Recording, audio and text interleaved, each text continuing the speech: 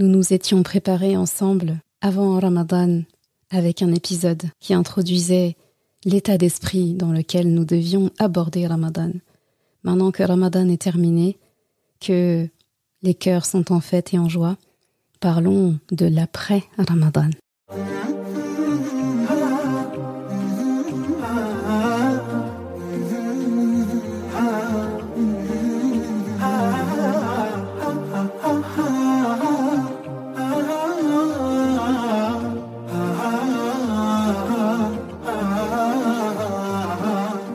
Bienvenue sur Coran de ton cœur, le podcast qui t'aide à reconnecter ton cœur à ton Coran. Je suis Zeynep et je suis passionnée par les deux médecines indispensables à toute vie sur Terre, celle de l'âme et celle du corps. Je suis donc enseignante de Coran et interne en médecine générale. Voilà plus de 10 ans maintenant que j'enseigne aux femmes à lire, à apprendre, à comprendre et surtout à vivre leur Coran au quotidien en reconnectant leur cœur au Coran. Car oui, j'ai la ferme conviction qu'un cœur connecté au Coran est capable de redistribuer à tous les organes du corps l'amour pour Allah, l'envie de lui plaire et d'agir dans le bien. C'est pourquoi à travers ce podcast, je compte redonner chaque semaine un nouveau souffle à divers pans de ta vie au regard de ton Coran. Prends ce temps pour toi et belle écoute. Assalamu alaikum wa rahmatullah. Heureuse de te retrouver une fois de plus pour nos épisodes classiques, hebdomadaires du podcast Coran de ton cœur. Ramadan est terminé, c'est l'Aïd aujourd'hui. Je suis vraiment très contente de te retrouver. J'espère que tu as passé un bon mois de Ramadan, que ça a été un tournant dans ta vie, que tu as apprécié aussi les épisodes de Ramadan naissance. En tout cas, ça a été un plaisir pour moi de les préparer, de les sélectionner, les sujets, de traverser les histoires du Coran, de les sélectionner délicatement. C'était un plaisir. Alhamdulillah, ya Rab. Et bien maintenant, Ramadan est terminé, comme tu le sais. Mais il n'est pas terminé, comme tu le sais aussi. Je te laisse avec les ayats qui ont motivé l'épisode du jour. بسم الله الرحمن الرحيم شهر رمضان الذي أنزل فيه القرآن هدى للناس وبينات من الهدى والفرقان فمن شهد منكم الشهر فليصمه ومن كان مريضا أو على سفر فعدة من أيام أخر يريد الله بكم اليسر ولا يريد بكم العسر ولتكملوا العدة ولتكبروا الله على ما هداكم ولعلكم تشكرون. Ces jours sont le mois de Ramadan au cours duquel le Coran a été descendu comme guide pour les gens et preuve claire de la bonne direction et du discernement. Donc quiconque d'entre vous est présent en ce mois, qu'il jeûne. Et quiconque est malade ou en voyage, alors qu'il jeûne un nombre égal d'autres jours. Allah veut pour vous la facilité, il ne veut pas la difficulté pour vous, afin que vous en complétiez le nombre et que vous proclamiez la grandeur d'Allah pour vous avoir guidé, et afin que vous soyez reconnaissants. Surat al-Baqarah, Aya 185. J'ai sélectionné cette Aya comme Aya ayant motivé l'épisode du jour. Et tu me diras, mais c'est la même Aya que l'épisode juste avant Ramadan, où je parlais de justement ce Ramadan, je renais. Oui, parce que cette Aya signe le début de Ramadan, cette Aya signe aussi la fin de Ramadan, et cette Aya parle aussi du pendant Ramadan. Donc là, on va voir cette Aya au post-Ramadan en fait, après Ramadan. Qu'est-ce que ça donne? Après Ramadan, ce qui nous est demandé, c'est la même chose qu'en entrant dans Ramadan. C'est de garder l'espoir en Allah. L'espoir. Je pense que j'ai répété ce mot plein de fois, et je ne cesserai. Et pour le coup, ça ne doit pas seulement driver notre état d'esprit pendant Ramadan, ça doit perdurer après Ramadan, ça doit perdurer toute notre vie. Et je suis contente parce que je me dis que non seulement il nous a été demandé d'avoir espoir en Allah, et je me dis que tu as répondu présent. Allah subhanahu wa ta'ala a fait cette promesse et il l'a tenu. Il a dit qu'il voulait la facilité pour toi, qu'il ne voulait pas la difficulté pour toi. En fait, là, il est content. Il est content pour toi. Il est content que tu sois arrivé au bout. C'est ce qu'il dit, walitukmilu al-iddata. Donc tout ça, c'était afin que tu complètes le nombre. Tu sais, quand les jours de Ramadan commencent à s'accumuler, tu es content en même temps d'être dans le mois, mais c'est dur de maintenir les efforts jusqu'à la fin, l'effort de ne pas manger, l'effort de patienter, l'effort de se contenir, l'effort de prier, l'effort de continuer de demander pardon à Allah, de continuer de lui faire des doigts pour ce dont on a besoin, de continuer de marquer la reconnaissance. C'est quand même une course de fond, c'est un marathon, c'est vraiment de l'endurance qui nous a été demandée. Et Allah subhanahu wa ta'ala ne veut pas en fait nous blâmer pour ça ou nous dire on doit pas se sentir mal en fait d'avoir envie que l'effort s'arrête. C'est comme une course en fait. On peut aimer courir, on peut être motivé, être un grand sportif, on est quand même content d'arriver au bout de la course. Et finalement, pendant toute la course, on vise la fin de la course. Et pourtant, on a bénéficié de la course, mais arrivé à un moment donné, on n'aurait pas pu pousser la course plus loin. Eh bien, Allah subhanahu wa ta'ala sait qu'on est dans cet état. C'est pour ça qu'en fait, qu'il nous motive. C'est pour ça que il est content avec nous que le mois soit terminé quelque part. Mais il est aussi content avec nous à l'idée que les bénéfices de ce mois perdurent. Et ça, je trouve ça très beau. Il est vraiment content que tu sois arrivé au bout. Il est content que tu te sois sacrifié des choses que tu aimais. Et franchement, de la nourriture halal, des choses que tu aimes, des choses bonnes, agréables à manger. Tu t'en es privé le jour, tu as mangé que la nuit, et même la nuit, tu manges pas énormément. Franchement, qui fait ça? Qui sur terre pourrait te faire cette demande et que tu acceptes? Personne. Il n'y a que Allah en fait avec qui on accepte ça.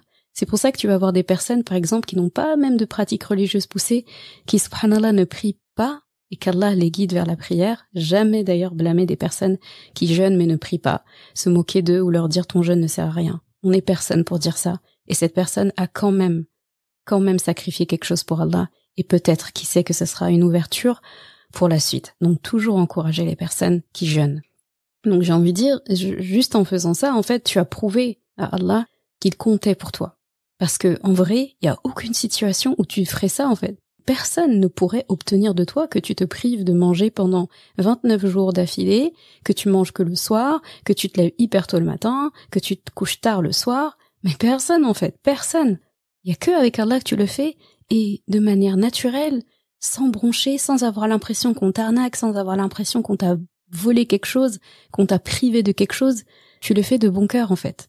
Ça, c'est la grâce d'Allah, c'est la grâce divine, c'est un miracle en fait. Donc juste en faisant ça, en te sacrifiant comme tu l'as fait, de bon cœur comme tu l'as fait, eh bien tu avoues à Allah que tu l'aimes, tout simplement. Tu lui avoues que tu le respectes, que tu le préfères à ce que tu aimes le plus, que tu le préfères à ta propre personne, ta propre santé.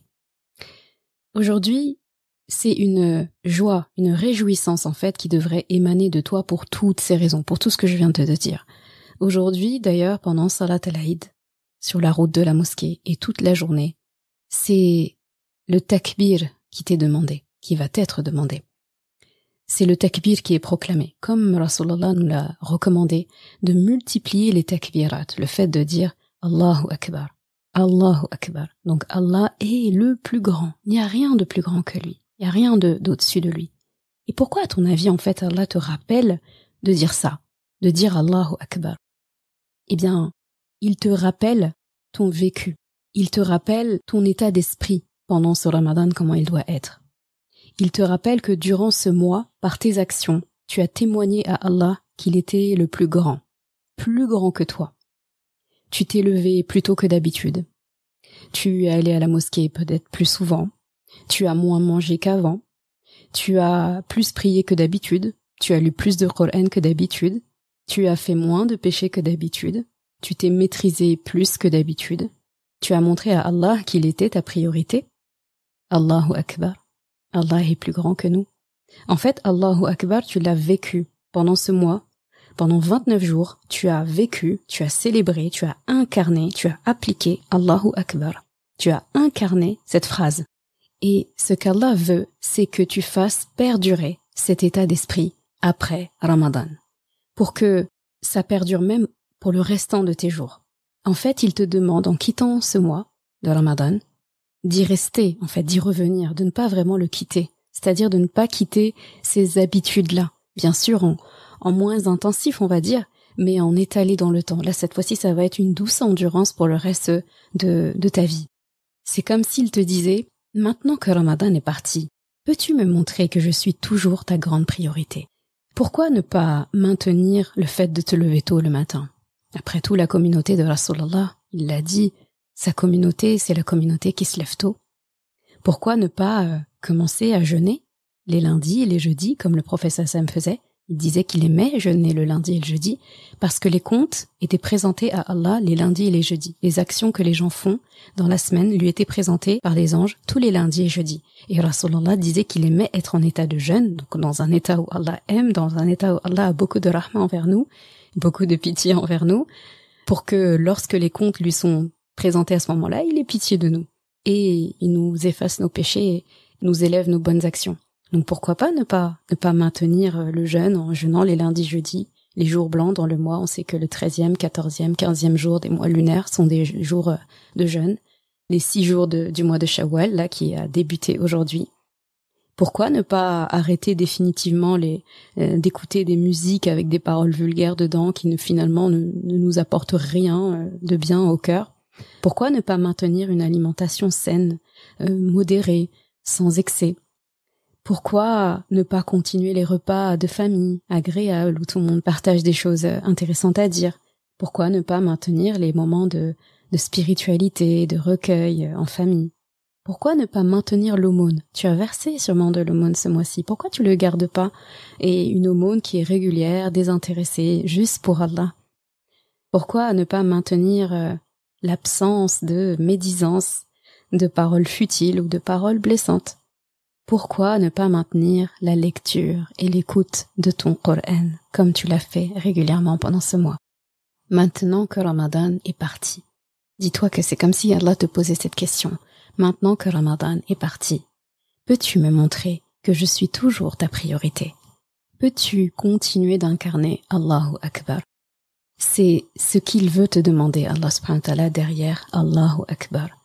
C'est pour ça que son prophète Mohammed sallallahu alayhi wa sallam a recommandé de multiplier les takbirat les jours de Eid. C'est pour ça que tu entendras Allahu Akbar, la ilaha illallah, Allahu Akbar, walillahi alhamd, Allahu Akbar kabira, walhamdulillahi kathira, wa subhanallahi bukratan wa asila. Ces paroles, faut les boire, faut les vivre, faut vraiment les ressentir comme oui Allah. La réponse qu'on a envie de donner quand même, c'est oui Allah, oui, je veux continuer de te montrer que tu es toujours ma priorité, que tu es ma priorité numéro 1, ma grande priorité. Et en fait, ça je dis ça souvent à mes enfants, quand les démons là qui s'étaient enchaînés, on va les détacher, ils vont revenir, leur séjour forcé là, leur congé forcé il est terminé, ils reviennent. Eh bien, fais de sorte que lorsqu'ils reviennent, trouve quelqu'un de changé, quelqu'un de fort, acharné, quelqu'un qui est têtu, entre guillemets, dans le sens, tu vas pas me la faire à moi. Quelqu'un qui est là, armé, prêt, comme diraient les jeunes, on est hal, il y a quoi? Qu'est-ce qu'il y a? Vraiment, dans ce sens-là, c'est cette discussion que j'avais avec mes enfants hier. Voilà, quand les démons ils reviennent, ils doivent se dire oh là là, franchement, on part 5 minutes et voilà qu'est-ce qui leur arrive à ces humains, on va devoir tout recommencer. Faut vraiment qu'ils sentent que ça va être compliqué pour eux. Et comme on se sera armé et en plus on a envie de maintenir cet état de Allahu Akbar, et bon chance à ces démons. Vraiment c'est dans ce sens-là. Faut que dans ta tête les portes du paradis restent ouvertes. Tu te dis on m'a laissé mais les portes de chez moi pendant 1 mois ouvertes. Dans mon cœur ça maintient, c'est toujours ouvert. Inch'Allah ya Rab. Et tout ça, l'objectif de tout ça, tout ce que tu as entendu depuis tout à l'heure, c'est d'être reconnaissant. C'est pour ça que la ayah termine par ça. وَلِتُكْمِلُوا الْعِدَّةَ وَلِتُكَبِّرُوا اللَّهَ عَلَى مَا هَدَاكُمْ وَلَعَلَّكُمْ تَشْكُرُونَ. Afin que vous soyez reconnaissants. C'est comme si tout ça, Allah il le résume en tout ce que j'ai fait là, c'est pour que tu sois reconnaissant. Parce que pendant ce mois, tu t'es reconnecté à toi, tu t'es reconnecté à ton corps, à ton esprit, à Allah, à ton Coran, à ta famille, à ton bien-être. Tu t'es reconnecté au bien, tu t'es reconnecté à ton paradis. En fait, juste pour ça, tu dois remercier Allah. Tu n'aurais pas eu ça autrement qu'avec Ramadan. Donc il ne tient qu'à toi de maintenir cet état de reconnaissance, cet état de takbir, cet état de bien-être au-delà de Ramadan. Il ne tient qu'à toi. Il ne tient qu'à toi. Tout ça a pour but la reconnaissance. Et comme je l'avais déjà dit dans des épisodes précédents, l'être humain, il a cette tendance naturelle à avoir un peu le mal, à être pessimiste quand il voit un problème devant lui, il pense qu'au problème. Là, Allah te montre que maintenant, tu as appris à aborder les choses différemment. On t'a dit « ne mange pas », t'as affronté. Est-ce que t'as été déprimé pour ça?